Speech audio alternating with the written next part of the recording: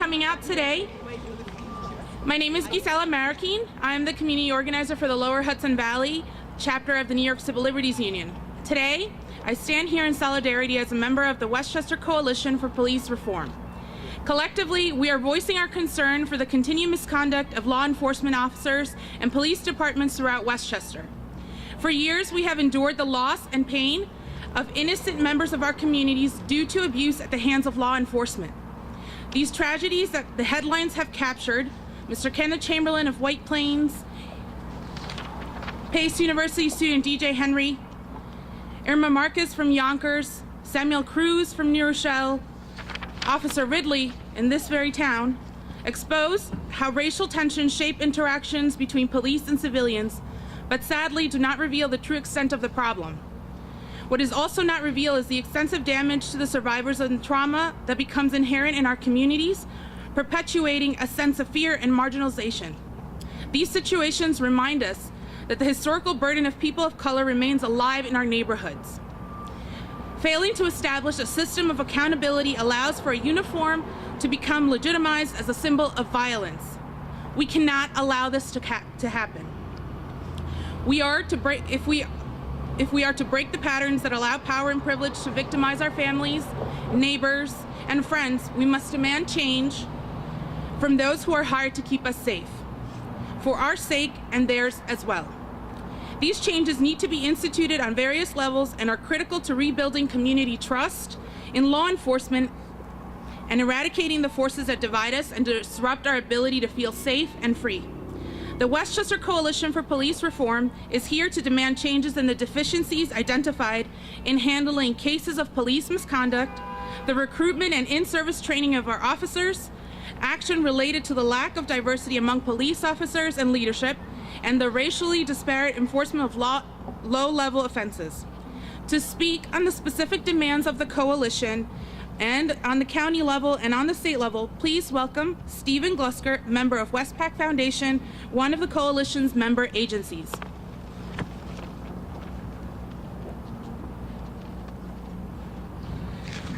Thank you, Gisela. Good afternoon.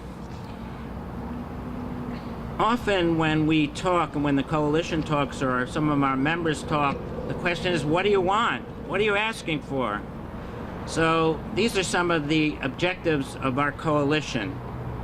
The first group of objectives are within the purview, generally speaking, of county government. What we're looking for is, one, to establish independent oversight structures with subpoena power in order to review the policies and practices of law enforcement agencies, to investigate cases of police misconduct, and to impose sanctions. Now, the Westchester District Attorney has failed to indict police officers for misconduct. An independent body or special prosecutor needs to be created to investigate and impose sanctions when local and county officials fail to act. The firing of Officer Hart here in White Plains, who used the N-word as part of the confrontation with Kenneth Chamberlain Sr., that firing was a step forward. However, there are still many cases where police misconduct appears likely and which have gone unpunished. Secondly, we want to implement clear and current protocols within all police departments addressing the use of force continuum, as well as the proper handling of emotionally troubled individuals, with an emphasis on de-escalating confrontations without resorting to force. The killing of Kenneth Chamberlain was the result of the escalation of the situation by the police. We must ask, was this because Mr. Chamberlain was black? Is this an example of racially biased policing? We say yes, it is. The audio tapes of the confrontation support the fact that it was so. We want to have made available to the public the rules and regulations of all police agencies. The records and protocols of the police should be open and transparent to the people who the police departments serve. We want to review and reform the training program of the Westchester Police Academy, with particular focus on proper means to de-escalate situations through nonviolent means. Now, all people in Westchester County go through a centralized training program. This training program should emphasize de-escalation and non-biased policing, whether it be race, ethnicity, class, or gender for that matter. We want to centralize in-service police training to encourage the sharing of best practices and reduce financial costs. For those interested in, as probably our county executive is, in reducing costs, here's a way of doing it. As a former trainer, I know the advantage of taking people out of their place of work and mixing them in with others from different locations. This will encourage sharing of best practices. For example, in Stony Point, a person with a weapon was disarmed without the use of force. That could be shared at a police academy. This would increase wasteful spending by individual offices and permit better contracting with trainers.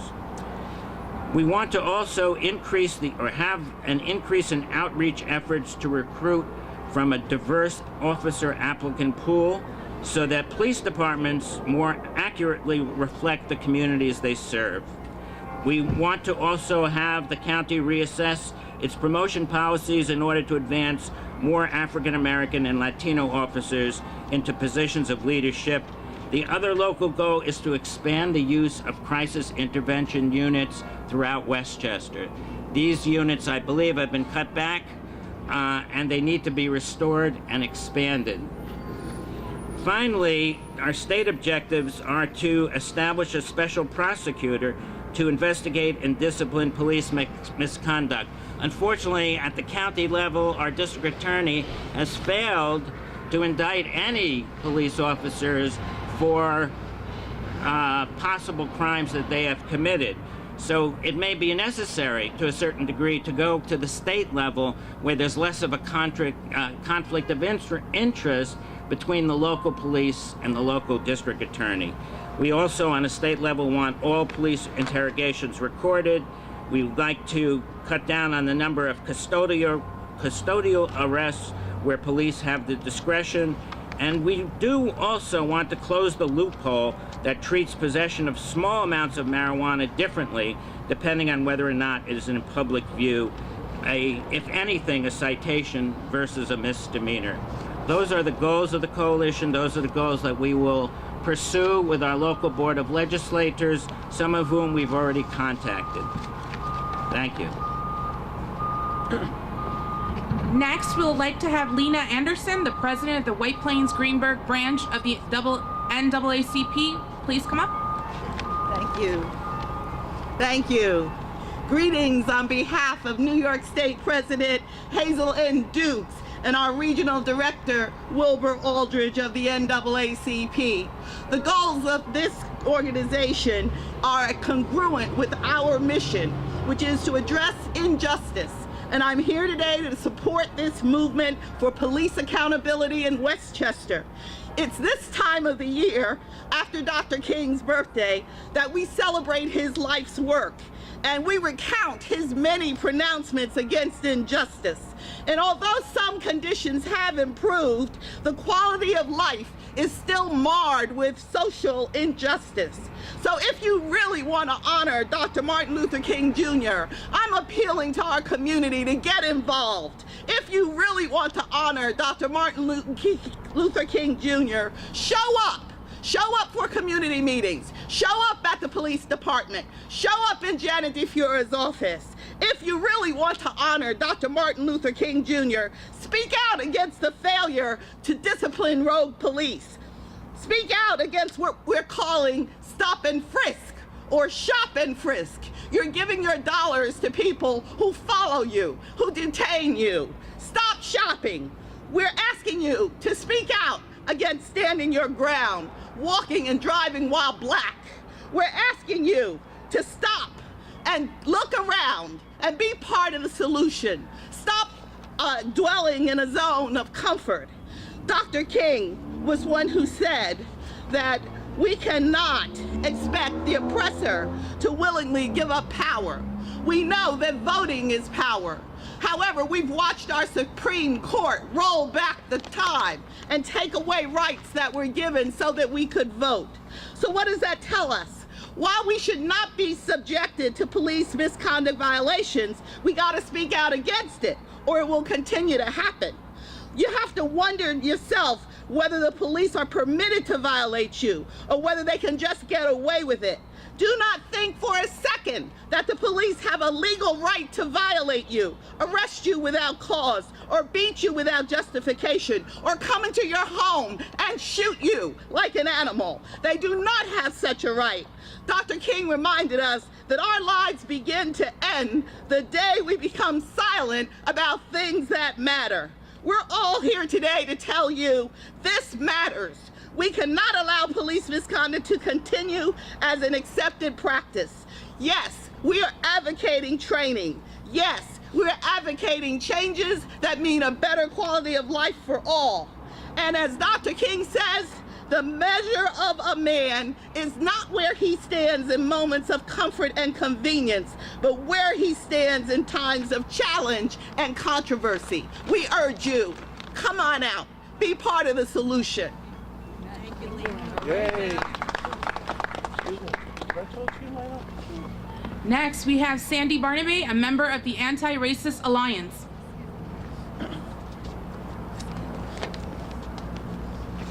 Thank you, Lena. She speaks for all of us. First, I want to say that we are all here out of a commitment to strengthen our community and to work with the Westchester County Police Departments. These departments are filled with our brothers and sisters. These are members of our own family. Good men and women who often find themselves in a work culture that violates their own value system, and they have no recourse either. For instance, Michael Hannon's situation. We stand in solidarity with those officers. In '82, the criminologists developed the broken window theory, nip it in the bud. It was a way of norm setting and signaling to the community that disorder and vandalism would not be tolerated. Its intent was to prevent and escalate crime and antisocial behavior, and it gave birth to stop and frisk practices. And we see that stop and frisk is necessary, and we also see what happened when it had unmonitored. It went unmonitored, and a culture of policing that had no system of outside accountability. It's interesting to note that stop and frisk dropped dramatically in New York City after a judge found it unconstitutional, and the community, in essence, got rid of the police and its leadership with the landslide election of a new mayor. The violence had not increased. Same problem exists in the military, which is part of the police and the industrial complex in this society, and its handling specifically of sexual misconduct. The U.S. military mishandling of sexual offenses is a symptom of military injustice without independence from a military hierarchy. It's a symptom of a military justice system without independence from its own hierarchy. And why? Because the military, as the police, are both immune from liability and they are exceptionally empowered over the people. Look, we just had 2 Harrison police who were found posting on Facebook sexist comments about the Harrison public official, racist comments about the President of the United States. And what happened to them? They got promoted. We went to the mayor of Harrison and asked for a face-to-face appointment to talk about it. He refused and suggested that we send a letter. There is no external mechanism in place for the broken glass that we see. We in the community see broken glass in the police department. And we're asking the Westchester County Police Department to turn the mirror inward, to track and weed out individuals within their own departments, and more importantly, to uproot and undo the internalized racism running through the system. And is demonstrated in the patterns and practices that we are gathered here today with a sense of outrage. We're asking for a complete change in police community mentality. Be courageous enough, be human enough to admit that you are not always right. We are not always right. Maybe we need to turn the mirror inward as well, and each one of us do our part. But we come here today in honor of Martin Luther King to say that we can do this, and we can do this if we do it together. Thank you. Yay. Next, we have Barbara Meyer, a member of the Westchester Martin Luther King Jr. Institute of Nonviolence. Hello, I'm Barbara Mayer, and I'm a resident of Pleasantville. In October 2010, Pace University student DJ Henry was fatally shot by a Pleasantville police officer. Rather than being disciplined, the officer was given an award by the Police Benevolent Association of the Pleasantville Police Department while the shooting was still under investigation. The officer said he shot at Henry after Henry's car hit him. Some witnesses dispute that, including another police officer who said he saw the officer jump on the hood of DJ Henry's car after shooting at him. The police have asserted that Henry was drunk. One student who was with Henry that evening told police that Henry had not been drinking. She said she had offered him a drink and spent a good deal of time with him, and insists that Henry declined all alcohol, saying that he was going to be driving. According to Michael Sussman, the Henry family's lawyer, there is evidence that a dash camera from a police cruiser was purposely disabled. There are many questions about what happened the night DJ Henry died that have never been answered. There have been too many cases of police using inappropriate violence against members of the public. We need an independent oversight of police departments in Westchester, in New York State, and at the federal level. And we need justice for DJ Henry, Kenneth Chamberlain Sr., and others who have been killed by police in recent years.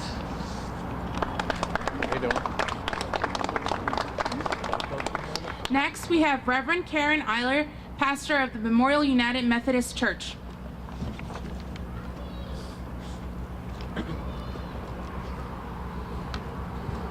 As the daughter of a police officer, I grew up seeing how these people with great power use their power for good, to help people, to serve people.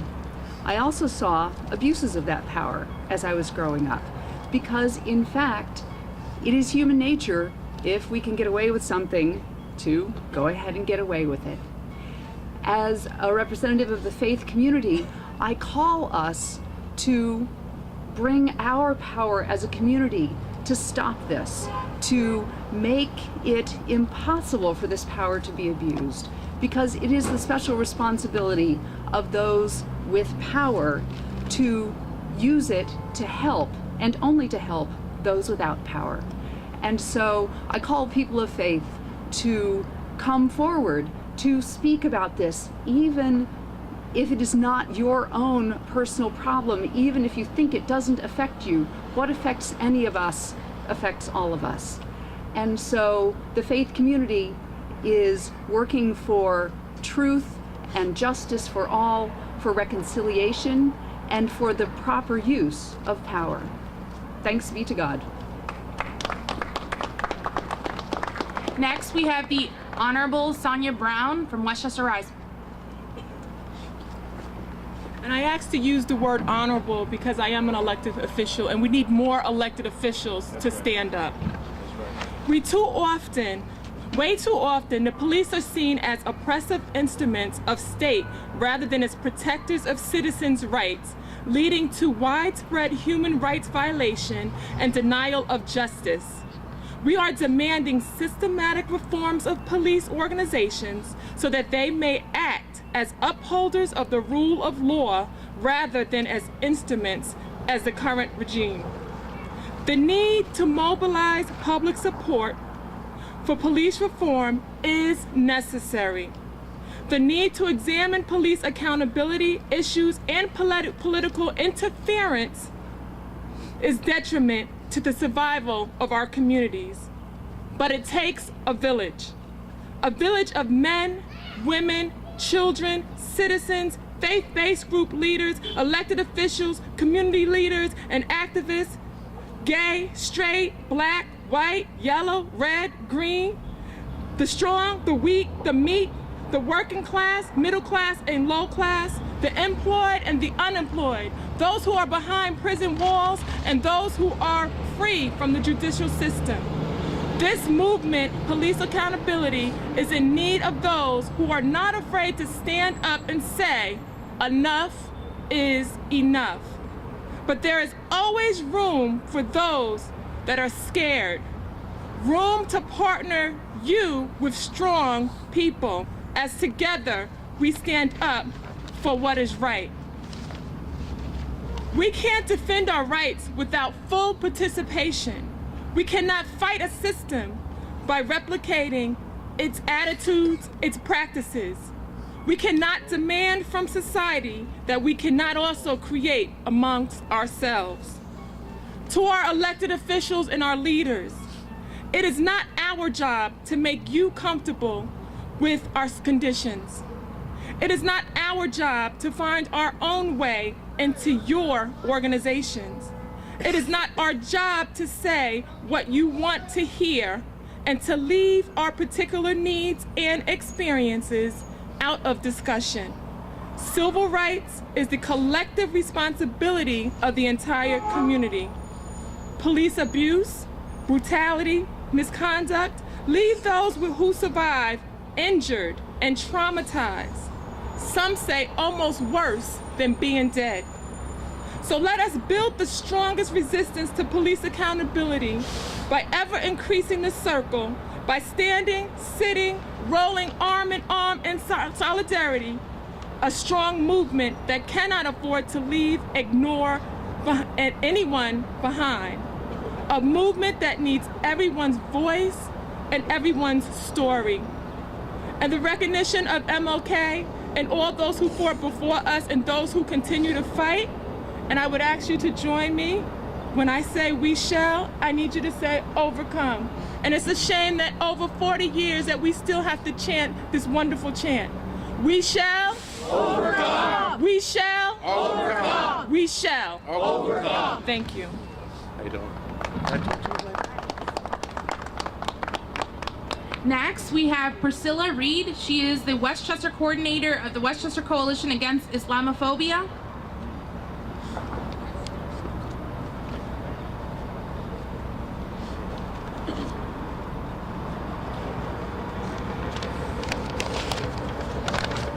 I'm here this afternoon to represent the Westchester Coalition Against Islamophobia in supporting the demands of the Westchester Coalition for police reform, for oversight and accountability. Our coalition grew out of an ad hoc group that originally came together to counter Islamophobic ads that appeared in August 2012 on certain Metro North train platforms. We're a grassroots organization of concerned citizens who, through education and community involvement, oppose bigotry and discrimination against Islam and Muslims and are committed to defending the civil rights of all.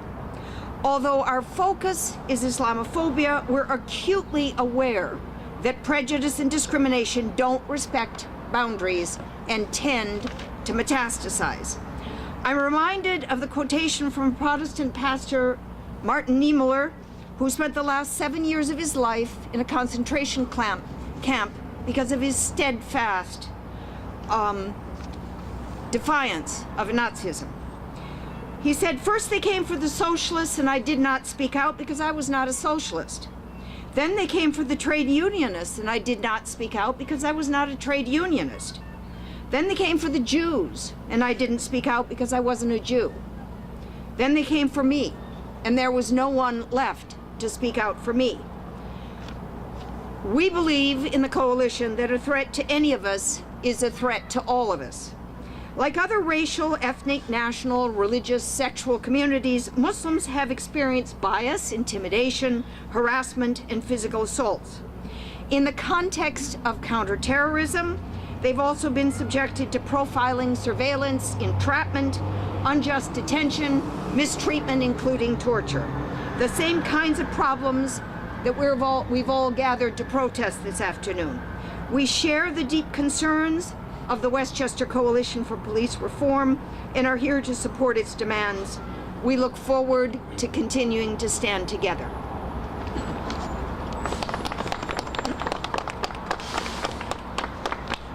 Next, we have Tom Kistner. He's the first vice president of the Portchester Rye branch of the NAACP. Good afternoon. Some of you know who I am, and among the rest, you may recall 15 years ago when the newspapers, Channel 12, Channel 5, made a big fuss about the first white person in the history of Westchester County to be elected president of an NAACP branch. What was not mentioned 15 years ago was a fact that has a direct bearing on why we're all standing here today. As far as I know, I was the first Caucasian former police officer to be elected president of an NAACP branch anywhere. And that's what I'd like to talk about, is police work. Police work is a noble profession. It's a privilege to protect and serve the public. But from time to time, a police officer is called upon to make a split-second decision, a decision which may affect life or death of the person standing in front of him. There is no place for stereotypical ideas, for racial stereotypes, for outmoded ideas of racial superiority to affect the judgment when one is involved in one of these confrontations. There are various factors come into play when there is a confrontation. One is the departmental policies. This is a given. If such and such happens, we will react this way. I won't discuss that. We can discuss that another time. Another thing that has bearing on these confrontations is the subject. The person acting in a way that represents a danger to the officer's life or to the life of those around him. But what I'd like to talk about is what the officer brings to the confrontation. A police officer, someone who has been selected to have the awesome power to take human life if the circumstances require it, must also have awesome responsibilities. He must have incredible, almost superhuman patience, the ability to let insults bounce off.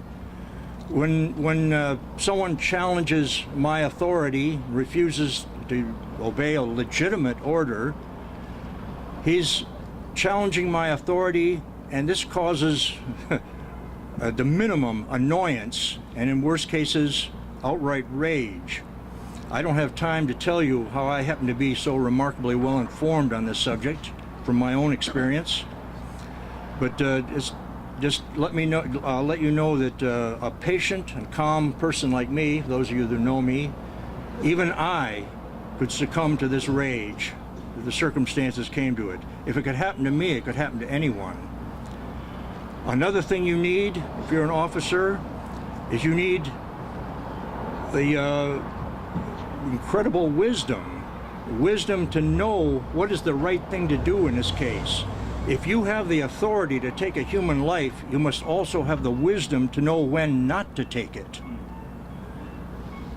And now, friends, this wisdom is not gained during a 1-hour lecture in a classroom at the police academy. It is gained while you are growing up in your home. It is gained later on out in the streets as you're interacting with other people in different situations. You either have this wisdom or you do not.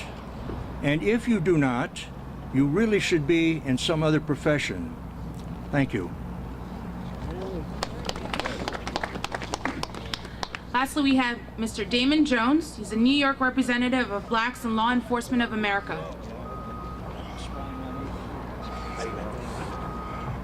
Good afternoon. My name is Damon Jones. I'm the New York representative of Blacks in Law Enforcement of America. And I think it was more important to hear the citizens, the taxpayers of Westchester County voice their concerns about police accountability and police training throughout Westchester County.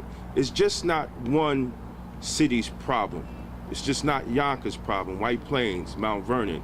It's Westchester's problem. This is a reflection on how Westchester is perceived. Now, we must hold Westchester County government accountable because these police officers come from their training. The initial training of police officers is based on what training Westchester County gives. And they would like to say that they are state accredited, but their academy is not nationally accredited. And we question if their academy is even state accredited. There's only one police department in Westchester County that has national accreditation, and that is Scarsdale Police Department. The only other one is Department of Corrections. But only one police department that deals with the public straight up, and that's Scarsdale.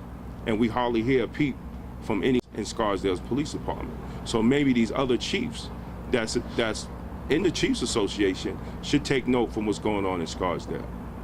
We also got to question the lack of accountability in the DA's office in investigating these police. We also must remember she has also been supported by the Chiefs Association in elections.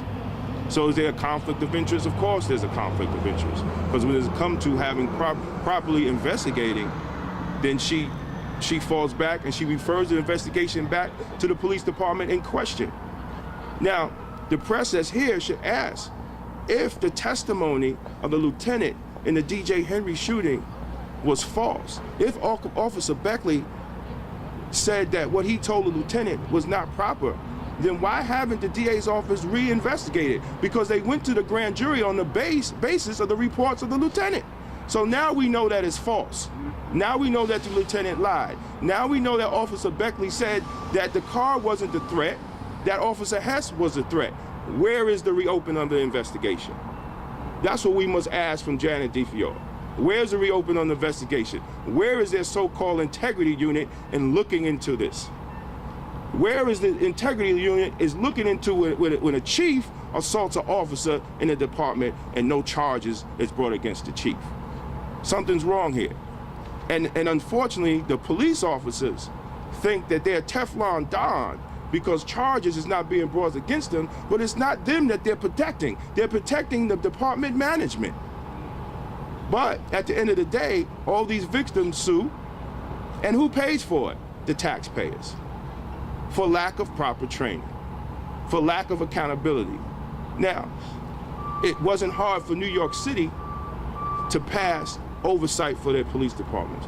Why haven't Westchester County, with these incidents every other year happening in Westchester County, pass some type of oversight in their police departments? It cannot be politics as usual anymore. People are dying. And nobody says anything when the taxpayers pay the victims. It's coming out of our tax dollars. Everything's about taxes. The last election is about taxes. All right, well, we're looking at millions of our tax dollars being spent unnecessarily when they could just properly train and hold these officers accountable so it won't have to get to federal court. So this is the people here, and we're saying, Rob Astorino, we're saying to the county legislators, it's time to do something. He wants to run for governor. He must address the issues of young black and Latino men being beaten and brutal. He got the support of the black pastors, but I guess they didn't put no demands for him to address these issues in Westchester County. But now the taxpayers are doing it. We're coming out here and we're asking the county exec, it's time to do something about this. We're asking the new appointed board of legislators to do something about this. If y'all want to run again, you got to do something about it. Thank you. Yay. Hey. We thank you once again for coming out on this cold day and addressing this very important issue. There are questions. We have civilians, we have organizational leaders here, members of the faith community, as well as families of a lot of the victims that have been affected by these issues. So the press has the freedom to speak to them freely, and thank you for coming. Yay.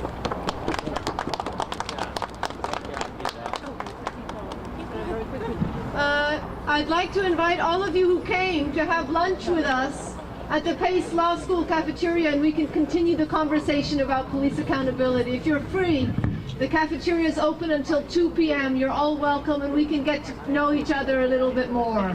It's right down the street, 52 North Broadway.